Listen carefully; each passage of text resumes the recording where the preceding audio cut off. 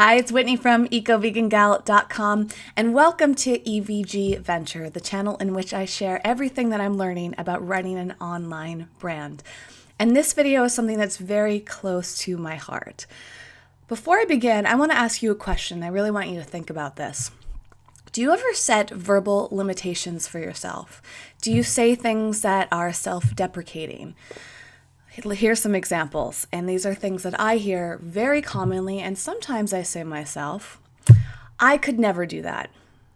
I can't afford that. I don't have enough money. I don't have enough time. There's not enough time. You're so lucky. I'm so jealous. I don't like that. I won't do that. These are examples of very common verbal limitations that we set for ourselves. And I've become more and more conscious about not using those phrases, and it's really started to shift things for me. A perfect example is saying, I can't afford it. I got really passionate about avoiding that statement after reading a book called Money, a Love Story by Kate Northrup. And she really digs into this. And once I read that book, I had to just stop saying that altogether because, as Kate Northrup puts it, when we say that we can't do something, we're kind of sealing in our fate in a way. We're kind of affirming that to the world. And if you keep saying something over and over again, chances are it's going to become true. And all of those statements are kind of the same thing. But also, most of those statements, if not all of them, really aren't true. For example, when you say, I can't afford something, that's probably not true. The reality is probably that you choose not to spend your money that way. And that's what Kate Northrup really explains. I love that book.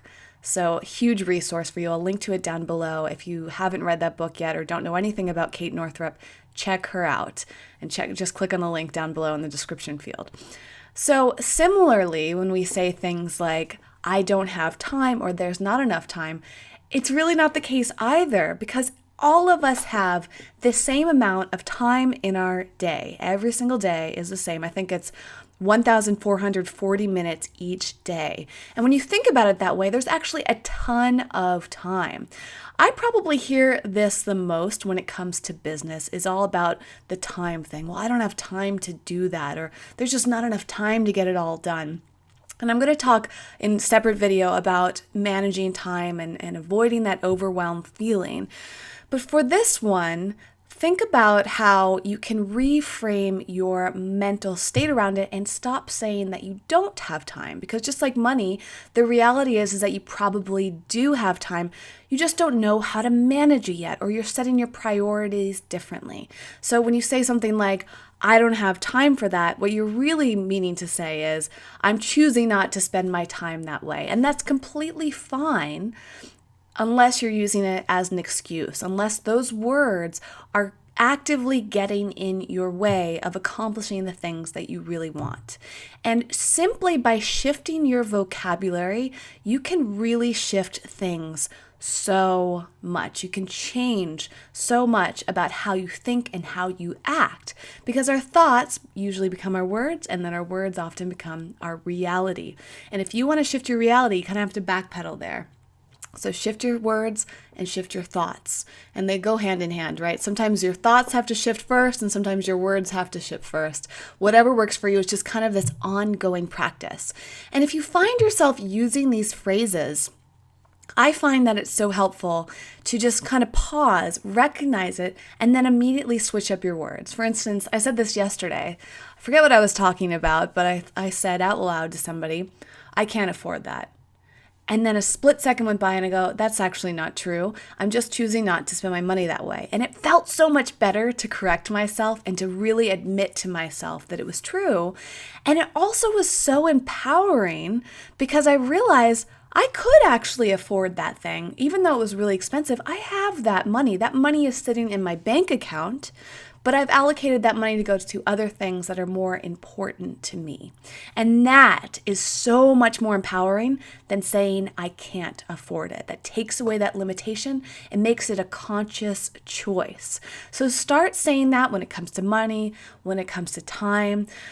Try to avoid saying anything with the int at the end or not. So I won't, I will not, I shouldn't, I should not, I can't, I cannot.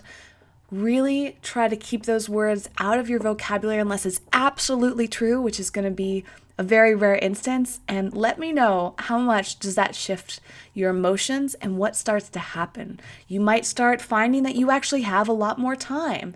You might find that more money is coming into you. You might find that you are capable of more things than you ever realized. I cannot wait to hear the results that you have. And in the meantime, if you want to let me know right now in the comment section, have you been practicing this and has it helped you? And if not, what are some of the phrases that you find yourself or people around you saying on a regular basis? And how does it make you feel? Do you ever notice a cause and effect correlation there? I really would love to hear it. And I also love hearing any resources. So if you are a fan of Kate Northrup or other work like hers, let me know. Are there any other money books that you love? Books about the words that we use?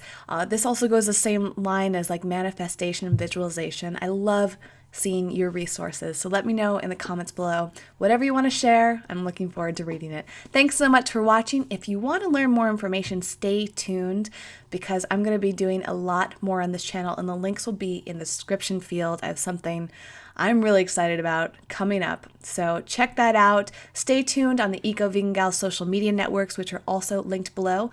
And for more information about healthy, happy living and my brand, Eco Vegan Gal, you can check out that website and maybe you'll be inspired in many facets of your life. Thanks again, and I will see you next time. Bye.